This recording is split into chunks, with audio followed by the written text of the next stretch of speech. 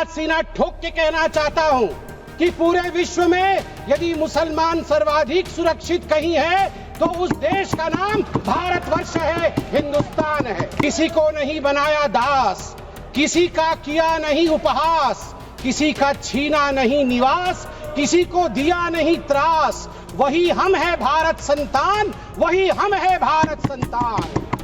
मुसलमान भी पीड़ित है, इसलिए बिल से संरक्षण मुसलमान को भी मिलेगा और पूरे हिंदुस्तान के सभी कौम को मिलेगा। उसी का शहर, उसी का शहर, वही मुद्दई, वही मुंसिफ, हमें यकीन था हमारा कसूर निकलेगा।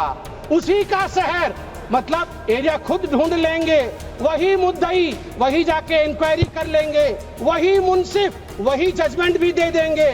हमें यकीन था, जिसकी जमीन थी, हमें यकीन था हमारा कसूर जरूर निकलेगा।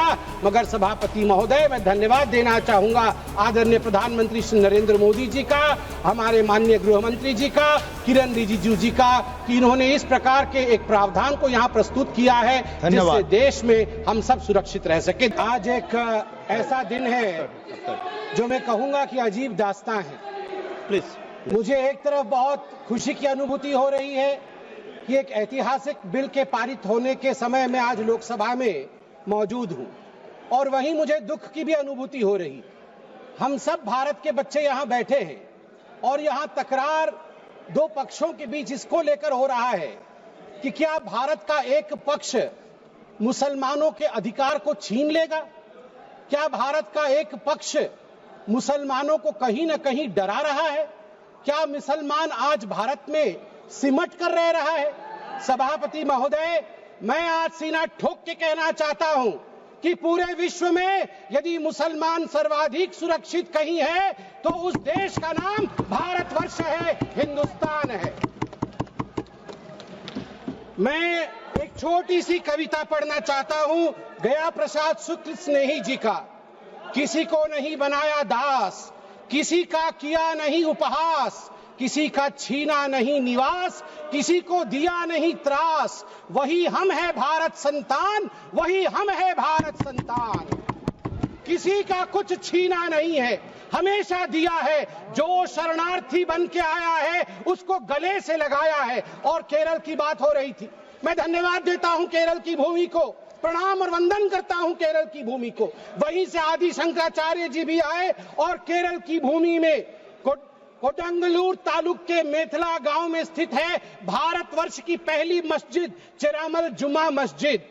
और चेरा राजा चेरामल पेरुमल ने इस मस्जिद के लिए जगह स्थान दिया था। यह है भारत का कल्चर, यह है भारत माता। और इस भारत के ऊपर आप संदेह दिखा रहे हैं।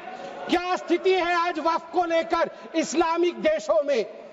क्या वक्फ प्रॉपर्टी इस्लामिक देशों में है? मैं इस्लामिक देशों का नाम पढ़ूंगा जहां वक्फ का वजूद नहीं है। तुर्की में नहीं है, लीबिया में नहीं है, इजिप्ट में नहीं है, सूडान में नहीं है, लेबनान में नहीं है, सीरिया में नहीं है, जॉर्डन में नहीं है, तुनीसिया में नहीं है, इराक में नहीं है। भारतवर्ष में वक्फ बोर्ड है। वक्फ प्रॉपर्टी को कानूनन सुरक्षा, लीगल प्रोटेक्शन दिया गया है। उसके बाद भी हंगामा क्यों है बरपा? उसके बाद भी हंगामा क्यों है बरपा? मैं पूछना चाहता हूं, क्या गुनाह है मोदी जी का? क्या गुनाह है हमारा? हमारा गुनाह सिर्फ इतना है कि हम सबका साथ चाहते हैं, हम आगा खानियों का साथ चाहते हैं, हाँ हम बोरा समाज का साथ चाहते हैं, हम पसमंदा समाज का जो पिछड़ा वर्ग है मुसलमान समाज में उसका साथ चाहते हैं, हाँ हम चाहते हैं महिलाओं का रिप्रेजेंटेशन और प्रतिनिधित्व हो। क्या ये गलती है?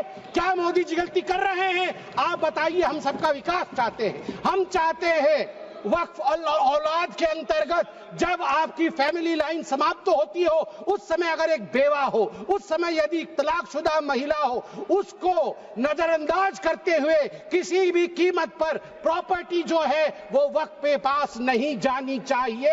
ये अगर मोदी जी सुरक्षित महिला को सुरक्षा दे रहे हैं, सुनिश्चित कर रहे हैं, तो किसी को क्या दिक्कत हो रही है? मैं यहां कहना चाहता हूं, जहां तक दान, क्योंकि वक्फ का मतलब दान होता है और हर धर्म में, मेरी बहन अभी सिख धर्म के विषय में बता रही थी, मंत्री जी भी सिख धर्म के विषय में बता रहे थे, सेवा और दान इसके आधार पर सिर्फ धर्म आज देश का विदेश में जाना जाता है। हिंदू धर्म, ईसाई धर्म, सब में दान का महत्व है। आदि शंकर ने आज से हजारों वर्ष, केरल के लोग भी सुन रहे हैं, मैं कहना चाहता हूं, भज गोविंदम में दान के लिए क्या कहा था? गेयं गीता नाम सहस्त्रम ध्येयं श्रीपति नाम ध्येयं श्रीपति रूपमजस्रम नेयं सज्जन संगे चित्तं ध्येयं दीन जनाय जवित्तम। दीन जनों को, गरीबों को वित्त दान करो, ईश्वर मिलेंगे। भगवान का नाम लो, गीता का ध्यान करो, ईश्वर मिलेंगे। और वही इस्लाम में भी ज़कात, सदका और सदक़े जरिए के नाम से जिक्र किया गया है। वक्फ, जो दान की जमीन और पुण्य के लिए, परमार्थ के लिए, धर्मार्थ के लिए वक्फ बनाया गया है। वक्फ के बोर्ड में आज जो लोग कह रहे हैं कि वक्फ एक्ट में ये जो अमेंडमेंट है ये अनकॉन्स्टिट्यूशनल है, ये किस आधार पे कह सकते हैं? 1995 में वक्फ एक्ट आया, मतलब उससे पहले से चल रहा था। 1995 एक्ट के अंतर्गत अभी हम चल रहे हैं। 1995 के बाद अब याद करिए 2013 में भी अमेंडमेंट हुआ। उससे पहले 1954 में, 1959 में, 1964 में, 1969 में और 1984 में अमेंडमेंट्स या संशोधन हुए हैं। अगर वो सारे संशोधन ठीक थे तो आज ये संशोधन अनकॉन्स्टिट्यूशनल कैसे हो सकते हैं? मैं छोटे से एक विषय को रखना चाहता हूं।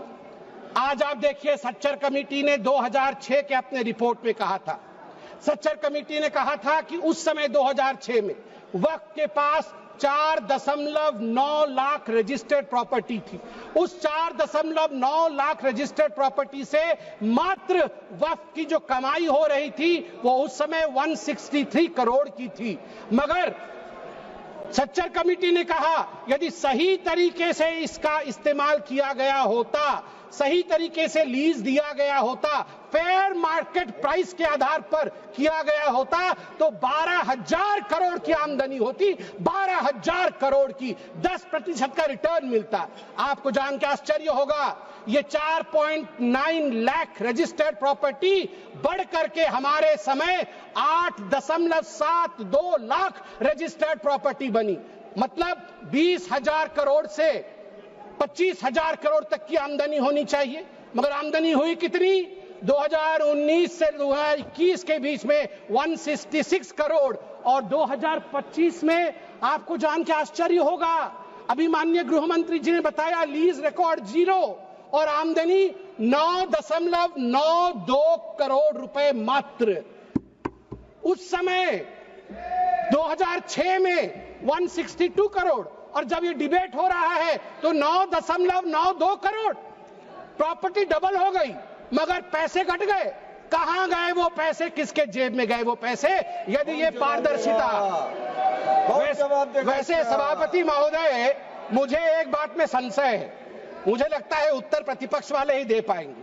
आज बड़ी चर्चा हुई है, आज चर्चा में कहा गया कि सबसे ज्यादा जमीन 3 ऐसे शख्सियत है उनके पास है, रेलवे के पास, आर्मी के पास, वो देश की जमीन है, और उसके पास वक्फ बोर्ड की जमीन है। मगर मुझे इसमें संशय है, मुझे लगता है तीसरे नंबर की जमीन तो किसी परिवार के बोर्ड के पास है। अगर सही से देखा जाए, आप ध्यान से देखिए, सही है, एक परिवार का बोर्ड है, सही है, अरे है एक परिवार का बोर्ड, उसके पास हो सकता है इससे अधिक जमीन निकले।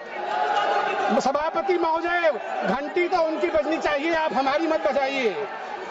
सभापति महोदय, मैं आपको, अरे मैं किस परिवार के बारे में बोल रहा हूं, आप क्यों विचलित हो रहे हैं?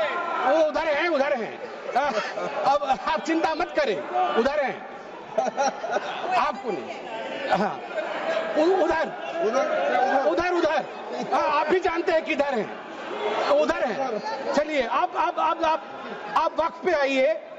देखिए, वक्फ जो ये संशोधन हुए हैं, इसमें एक बहुत महत्वपूर्ण प्रावधान है कि लंबे पेंडिंग लिटिगेशंस ये नहीं होने चाहिए।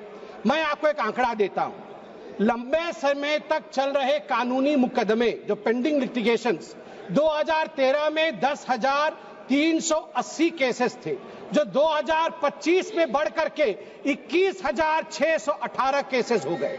अनाधिकृत घुसपैठ, एनक्रोचमेंट, ये सुनिएगा सभापति महोदय और सभी सदस्यों को कहूंगा, वंशी पोर्टल में टोटल एनक्रोचमेंट के केस 58,890 है। इसमें से लगभग 31,999 पेंडिंग एनक्रोचमेंट है, जिसमें 9,000 मुस्लिम पार्टीज है, अर्थात मुसलमानों के जमीन पर भी अधिग्रहण का काम वक्फ बोर्ड ने किया है। इसलिए जो ये बिल के बारे में आज हम चर्चा कर रहे हैं, मुसलमान भी पीड़ित है, इसलिए बिल से संरक्षण मुसलमान को भी मिलेगा और पूरे हिंदुस्तान के सभी कौम को मिलेगा। मैं अंत में इतना ही कहना चाहता हूं कि सेक्शन 40 को लेकर आज जो कहा गया, मैं बस 30 सेकंड में समाप्त करूंगा। सेक्शन 40 को लेकर आज यहां बहुत चर्चा हुई। ये जो तर्कहीन शक्ति, इरेशनल पावर दिया गया था वक्फ बोर्ड को, खुद ही इंक्वायरी करते थे और खुद ही जमीन को वक्फ में डिक्लेयर करते थे। आज देश में 515 ऐसी प्रॉपर्टी है, उसी का शहर, वही मुद्दई, वही मुंसिफ, हमें यकीन था हमारा कसूर निकलेगा। उसी का शहर मतलब एरिया खुद ढूंढ लेंगे, वही मुद्दई वही जाके इंक्वायरी कर लेंगे, वही मुंसिफ वही जजमेंट भी दे देंगे। हमें यकीन था, जिसकी जमीन थी, हमें यकीन था हमारा कसूर जरूर निकलेगा। मगर सभापति महोदय, मैं धन्यवाद देना चाहूंगा आदरणीय प्रधानमंत्री श्री नरेंद्र मोदी जी का, हमारे माननीय गृह मंत्री जी का, किरण रिजिजू जी का, कि इन्होंने इस प्रकार के एक प्रावधान को यहां प्रस्तुत किया है जिससे देश में हम सब सुरक्षित रह सके। धन्यवाद।